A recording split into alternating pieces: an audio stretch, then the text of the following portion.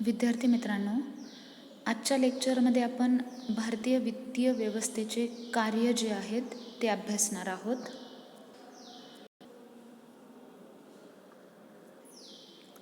विद्यार्थी मित्रांनो, कोणत्याही देशाची वित्त व्यवस्था जी आहे ती ती त्या अर्थव्यवस्थेमध्ये किंवा देशामध्ये अतिशय महत्त्वपूर्ण भूमिका जी आहे ती पार पाडत असते.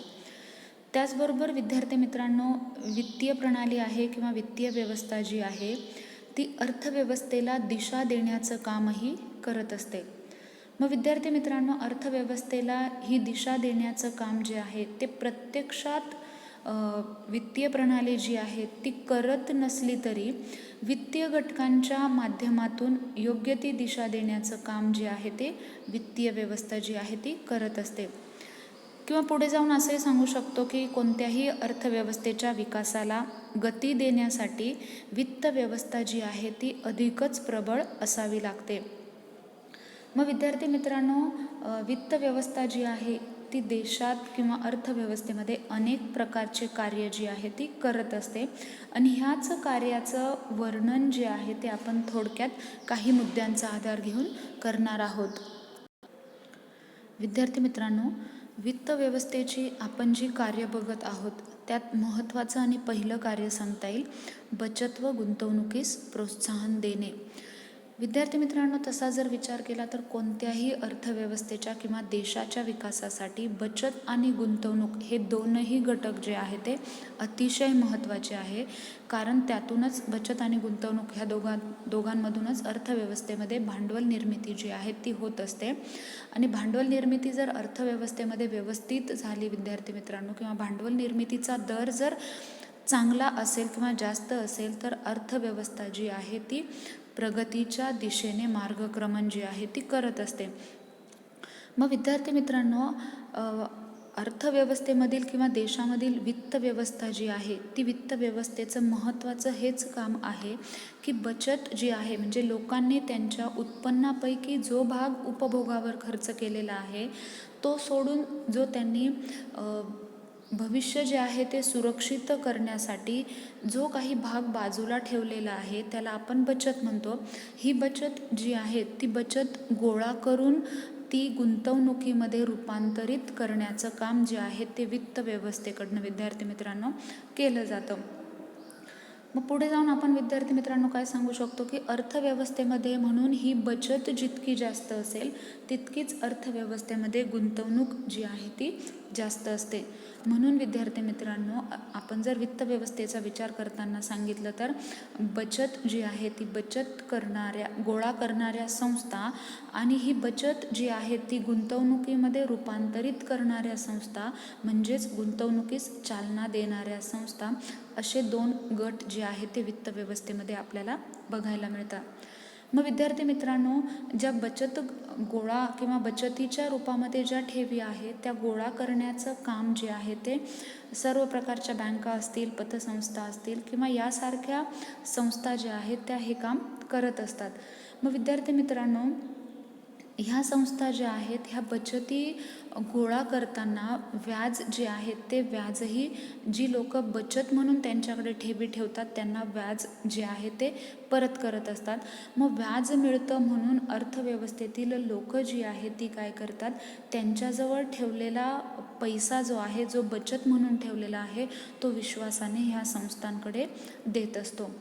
मग विद्यार्थी मित्रांनो, ह्या वित्तीय संस्थांच्या ह्या महत्त्वाच्या कार्यामुळे काय होतं की अर्थव्यवस्थेमध्ये लोकांकडे स्वतःकडे जो पैसा पडून राहिलेला आहे तो पडून राहिलेला पैसा जो आहे तो अर्थव्यवस्थेमध्ये काय होतं यायला सुरुवात होते. आणि त्यामुळे काय होतं विद्यार्थी मित्रांनो की ज्या लोकांना उत्पादन कार्यासाठी किंवा व्यवसायासाठी ज्या निधीची आवश्यकता असते त्यांना कर्ज रूपाने ह्या संस्था ज्या आहेत त्या देत असतात. त्यामुळे विद्यार्थी मित्रांनो काय होतं की अर्थव्यवस्थेला चालना जी आहे ती मिळायला सुरुवात होते. म्हणून वित्त व्यवस्थेचं महत्त्वाचं कार्य इथे आपल्याला सांगता येईल बचत व गुंतवणुकीस प्रोत्साहन देणे. पुढचं कार्य आपल्याला सांगता येईल वित्तीय बाजारात पतसाधनांचा पुरवठा करणे. विद्यार्थी मित्रांनो, वित्तीय बाजारामध्ये जे व्यवहार चालतात ते व्यवहार जे आहे ते विशिष्ट प्रकारच्या साधनांमार्फत जे आहे ते चालत असतात. म्हणजेच काय की वचनपत्रे असेल, विनिमयपत्र असेल, हुंड्या असतील किंवा रोखे असतील, हे काय आहे, वित्तीय साधनं आहे आणि ह्या वित्तीय साधनांच्या आधारे वित्तीय बाजारामध्ये व्यवहार जे आहे ते चालू असतात. मग विद्यार्थी मित्रांनो, ह्या वित्तीय साधने जितकी जास्त असेल जितकी साधनं ही जास्त असेल तेवढ्या अधिक त्या प्रमाणात वित्तीय बाजारातील जे व्यवहार आहे खरेदी विक्रीचे ते आपल्याला वाढलेले दिसून येतात.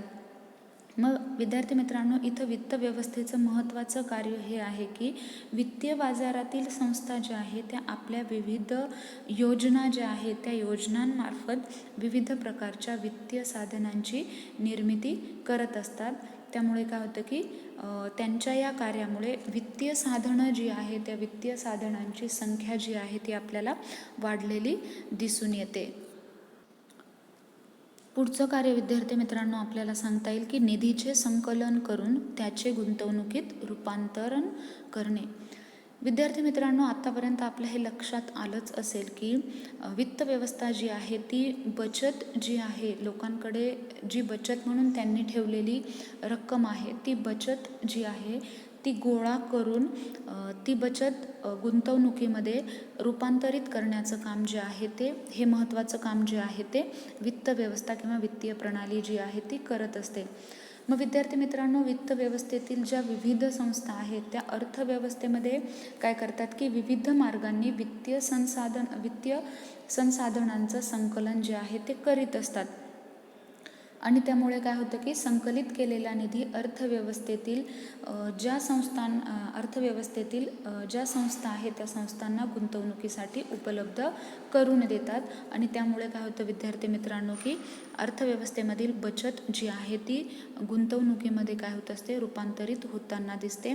आणि त्यामुळे अर्थव्यवस्थेतील उत्पादनाची प्रक्रिया जी आहे ती वाढीस लागून अर्थव्यवस्था जी आहे ती विकासाच्या दिशेने जाताना आपल्याला दिसते. पुढचं आपल्याला वित्त व्यवस्थेचं कार्य विद्यार्थी मित्रांनो सांगता येईल, वस्तू व सेवा यांचे उत्पादन वाढविणाऱ्या मालमत्तेमध्ये गुंतवणूक करणे. विद्यार्थी मित्रांनो, अर्थव्यवस्थेतील जी लोकसंख्या आहे त्या लोकसंख्येच्या गरजा भागवण्यासाठी अर्थव्यवस्थेमध्ये वस्तू व सेवांच्या निर्मितीचं कार्य जे आहे ते अविरतपणे किंवा अखंडितपणे जे आहे ते चालू ठेवावं लागतं. मग विद्यार्थी मित्रांनो, अर्थव्यवस्थेमध्ये वस्तू आणि सेवा जी आहे त्यांचं उत्पादन करण्यासाठी ज्या निधीचा उपयोग अशा मालमत्तेमध्ये किंवा साधनसामग्रीमध्ये होणं जे आहे ते गरजेचं आहे.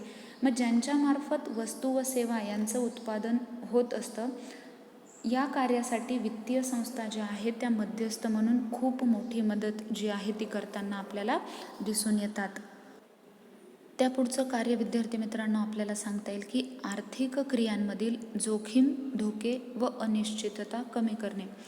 विद्यार्थी मित्रांनो, आपण बऱ्याचदा आत्ता सांगताना सांगितलं आहे की वित्त व्यवस्था जी आहे ती लोकांकडील बचत जी आहे ती गोळा करून गुंतवणुकीमध्ये रूपांतरित करत असते.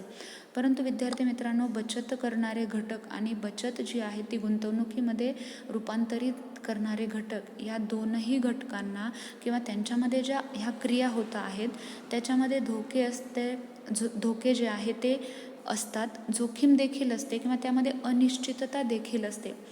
पण हे जोखीम आहे, धोके आहे किंवा अनिश्चितता आहे, ही जी परिस्थिती आहे ही परिस्थिती जर वित्तीय व्यवस्था संघटित असेल आणि ह्या वित्त व्यवस्थांमध्ये जे व्यवहार होतात त्यावर सरकार किंवा मध्यवर्ती बँकांचे जर नियंत्रण असेल तर काय होतं, हे कुठेतरी कमी होताना आपल्याला दिसून येतात. आणि सरकार किंवा मध्यवर्ती बँका यांचं जर नियंत्रण व्यवस्थित असेल तर वित्तीय बाजारामध्ये चांगल्या प्रकारची वित्तीय साधने देखील येताना आपल्याला दिसून येतात. त्याचबरोबर विद्यार्थी मित्रांनो, जे ग्राहक आहे जे चांगल्या दराने त्यांना परतावा मिळण्याची देखील इथे शक्यता जी आहे ती मिळते. मग अशा परिस्थितीमुळे काय होतं की वित्तीय बाजारामध्ये प्रवेश करणाऱ्या ग्राहकांना वेगवेगळ्या धोक्यांपासून किंवा जोखमींपासून संरक्षण जे आहे ते मिळतं.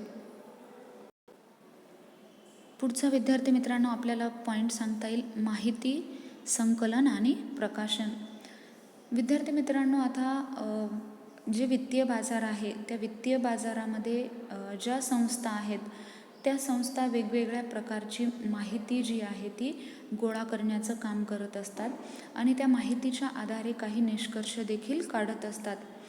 आणि हे जे निष्कर्ष काढलेले आहेत ते निष्कर्ष लोकांच्या माहितीसाठी तसंच अर्थव्यवस्थेमध्ये जे विविध प्रकारची वित्तीय कार्य करणाऱ्या ज्या संस्था आहेत त्यांच्यापर्यंत उपलब्ध करून देत असतात की जेणेकरून ह्या वित्तीय संस्था ज्या आहेत त्या आपल्या धोरणांमध्ये आवश्यक ते बदल करतील. आणि त्यामुळे काय होतं विद्यार्थी मित्रांनो की जे धोके आहे, अनिश्चितता आहे, ह्यासारख्या संकटांपासून त्यांना संरक्षण होण्यास मदत मिळत असते आणि त्यांचं उत्पन्न वाढण्यासाठी देखील मदत होत असते. पुढचं कार्य विद्यार्थी मित्रांनो आपल्याला सांगता येईल की वित्तीय साधन सामग्रीचं हस्तांतरण व रूपांतरण करणे. मग विद्यार्थी मित्रांनो वित्तीय साधन सामग्रीचं हे जे हस्तांतरण आहे किंवा रूपांतरण आहे हे एका व्यक्तीकडून एका संस्थेकडे असेल, एका विभागातून दुसऱ्या विभागाकडे असू शकतं. मग विद्यार्थी मित्रांनो ह्या वित्तीय साधन सामग्रीचं हे जे वितरण आहे किंवा हस्तांतरण किंवा रूपांतरण आहे हे जितकं परिणामकारक होत असेल तितकी वित्तीय व्यवस्था जी आहे ती कार्यक्षम आहे असं म्हटलं जातं. पुढचं कार्य विद्यार्थी मित्रांनो आपल्याला सांगता येईल वित्तीय साधन सामग्रीचे वितरण व भांडवलाची उत्पादकता वाढविणे. मग विद्यार्थी मित्रांनो वित्तीय जी सामग्री आहे तिचं वितरण जे आहे ते म्हणजे काय की एखाद्या अर्थव्यवस्थेमध्ये जी साधन सामग्री उपलब्ध आहे त्या साधन सामग्री जास्तीत जास्त उत्पादन कार्यासाठी उपलब्ध करून देणं याला वित्तीय साधन सामग्रीचं वितरण जे आहे ते म्हणतात. मग विद्यार्थी मित्रांनो जर एखाद्या देशाची वित्त व्यवस्था जर अधिक सक्षम असेल तर ती काय करते की वित्तीय साधन सामग्रीचं सर्वाधिक उत्पादक कार्यासाठी वितरण जे आहे तिच्यामार्फत होत असतं. आणि त्याचा परिणाम आपल्याला असा दिसून येतो विद्यार्थी मित्रांनो की अर्थव्यवस्थेमधील वस्तू व सेवांच्या संख्येमध्ये आपल्याला किंवा वस्तू व सेवांच्या उत्पादनात वाढ जी आहे ती दिसून येते आणि त्यामुळे अर्थव्यवस्थेचा विकास जो आहे तो होताना आपल्याला दिसून येतो. आणि वित्तीय व्यवस्थेच्या या कार्यामुळेच देशांमधील भांडवलाची उत्पादकता जी आहे ती वाढण्यास मदत होते. विद्यार्थी मित्रांनो इथे आपल्याला शेवटचं कार्य असं सांगता येईल की गुंतवणुकीच्या विविध संधी ज्या आहेत त्या उपलब्ध करून देणे.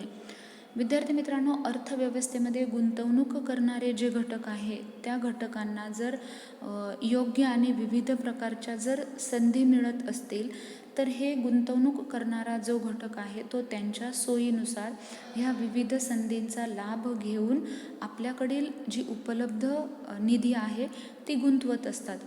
त्यांच्या या गुंतवणुकीच्या कार्यामुळे काय होतं विद्यार्थी मित्रांनो की अर्थव्यवस्थेतील गुंतवणुकीमध्ये विविधता येतेच, पण त्याचबरोबर जी जोखीम असेल, धोके असेल ते जे आहे ते कमी होऊन त्यांच्या गुंतवणुकीत सुरक्षितता जी आहे ती येत असते आणि त्याचाच परिणाम जो आहे तो अर्थव्यवस्थेच्या विकासावर होताना आपल्याला दिसून येतो. अशा प्रकारे विद्यार्थी मित्रांनो वित्त व्यवस्था जी आहे किंवा वित्तीय प्रणाली जी आहे तिच्या कार्यांद्वारे अर्थव्यवस्थेला गती किंवा चालना देण्याचं काम जे आहे ती करत असते.